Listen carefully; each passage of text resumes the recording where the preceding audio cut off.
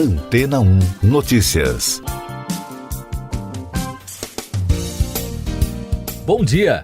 Após 3 anos para manutenção e atualizações, o maior acelerador de partículas da Terra, o Large Hadron Collider, foi reiniciado na última sexta-feira no European Organization for Nuclear Research, perto de Genebra, na Suíça.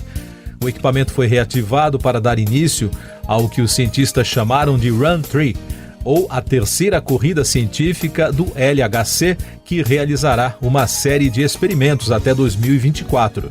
A primeira corrida aconteceu de 2009 a 2013 e a segunda de 2015 a 2018. Em comunicado divulgado na sexta-feira, o diretor da organização, Marc Lamont, afirmou que as máquinas e instalações passaram por grandes atualizações durante o segundo longo desligamento do complexo.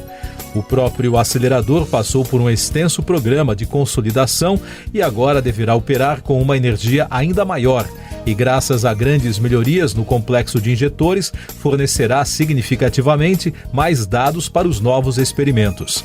Entre as mudanças divulgadas, foram acionados 27 quilômetros na estrutura para injetar 2 feixes de prótons em direções opostas a um nível de energia de 450 bilhões de eletronvolts. Segundo os pesquisadores, a meta é atingir 13 trilhões e 600 bilhões de eletronvolts nesta terceira corrida. O plano é desligar o acelerador de partículas em 2024 para mais atualizações e reativá-lo em 2028 com o nome de High Luminosity Large Hadron Collider. Os aceleradores de partículas são usados para investigação científica e também para a produção de radiação síncrotron. O equipamento é capaz de acelerar prótons, elétrons ou átomos carregados, confinando-os em feixes estreitos com velocidades próximas da velocidade da luz, por meio da aplicação de intensos campos elétricos e magnéticos. O Brasil possui aceleradores de partículas no Laboratório Nacional de Luz Síncrotron, entre eles o Sirius, considerado uma das mais modernas fontes de luz síncrotron de 4ª geração. O equipamento é capaz de produzir linhas de luz bilhões de vezes mais intensas que as produzidas pelo UVX, inaugurado em 1997 e encerrado em 2019. E daqui a pouco você vai ouvir no podcast Antena 1 Notícias. Macron vence a extrema-direita na França. Marine Le Pen reconhece derrota nas urnas. Ministério da Defesa classifica como ofensa grave fala de Barroso sobre Forças Armadas. O presidente reeleito da França, Emmanuel Macron, fez um primeiro discurso no domingo após a vitória nas eleições. Macron conseguiu 58,55% dos votos contra 41,45% de Marine Le Pen. Com esse resultado, ele se tornou o primeiro líder francês a ser reeleito em 20 anos. Apesar da vitória, segundo analistas, o resultado da eleição demonstra que os franceses estão recorrendo a políticos extremistas para expressar sua insatisfação com a atual condição do país. Já a candidata de extrema-direita da França, Marine Le Pen, reconheceu a derrota para Emmanuel Macron. Le Pen admitiu a derrota nas urnas, mas prometeu oposição ao governo e se disse orgulhosa de receber mais de 41% dos votos. O ministro da Defesa, general Paulo Sérgio Nogueira de Oliveira, disse ser irresponsável e ofensa grave a afirmação do ministro Luiz Roberto Barroso, do Supremo Tribunal Federal, de que existe orientação para que as Forças Armadas façam ataques ao sistema eleitoral brasileiro. O atual ministro, que foi empossado há menos de um mês pelo presidente Jair Bolsonaro, divulgou uma nota na noite de domingo para rebater as afirmações feitas pelo magistrado. O ex-presidente do TSE, o Tribunal Superior Eleitoral, afirmou no domingo em um evento virtual promovido pela Universidade Alemã Hertz School de Berlim que há no cenário político brasileiro a intenção de usar as Forças Armadas para atacar o processo eleitoral no país. Barroso defendeu a integridade das urnas eletrônicas e condenou tentativas de politização dos militares, ressaltando que até o momento as Forças Armadas têm resistido a serem objeto das paixões políticas. Essas e outras notícias você ouve aqui na Antena 1. Oferecimento Água Rocha Branca. Eu sou João Carlos Santana e você está ouvindo o podcast Antena 1 Notícias, com informações da guerra na Europa.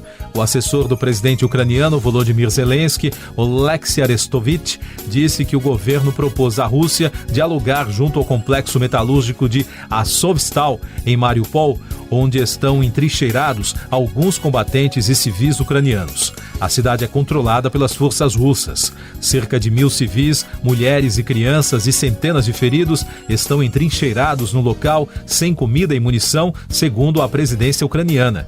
O presidente russo Vladimir Putin exigiu a rendição destes últimos combatentes e pediu ao exército para sitiar a área. Ainda sobre a guerra no leste europeu, o secretário-geral das Nações Unidas, Antônio Guterres, fará uma escala em Ankara antes de seguir para um encontro com o presidente russo Vladimir Putin e depois ir à Ucrânia para conversas com Volodymyr Zelensky. De acordo com um comunicado da Organização das Nações Unidas, Guterres visitará a capital turca nesta segunda-feira, onde será recebido pelo presidente Tayyip Erdogan. Na Nigéria, as agências de notícias internacionais informaram no domingo que mais de 100 pessoas morreram numa explosão em uma refinaria de petróleo clandestina no sul do país. Segundo a imprensa local, a área é devastada por décadas de vandalismo e exploração ilegal de hidrocarbonetos. O acidente ocorreu na noite da última sexta-feira entre os estados de Rivers e Imo, na região sul, informou a porta-voz da polícia. Mais destaques nacionais no podcast Antena 1 Notícias. A Rede Sustentabilidade entrou na última sexta-feira no Supremo Tribunal Federal com uma ação contra o indulto concedido pelo presidente Jair Bolsonaro ao deputado Daniel Silveira, condenado a 8 anos e 9 meses de prisão. Na arguição de descumprimento de preceito fundamental, o partido afirma que o decreto presidencial viola os princípios da impessoalidade e da moralidade, ao alegar que o indulto não visa o interesse público, mas o interesse pessoal do presidente em proteger um aliado. Os números da Covid no Brasil.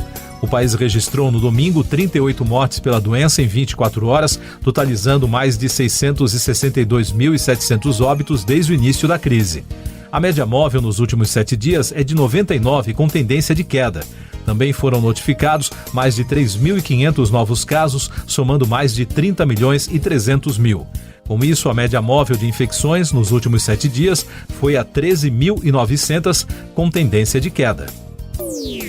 Meio ambiente.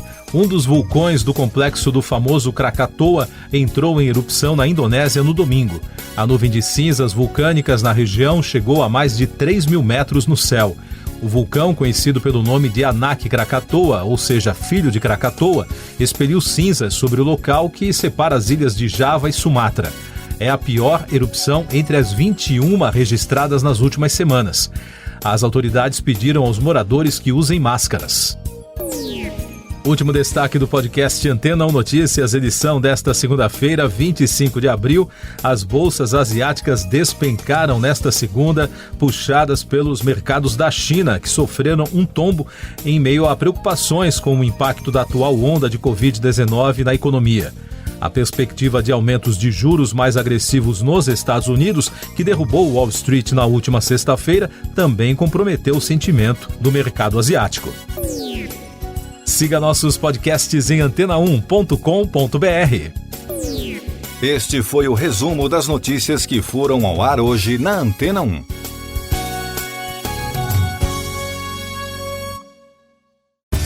Depois de tanto conteúdo legal, que tal se hidratar com água Rocha Branca?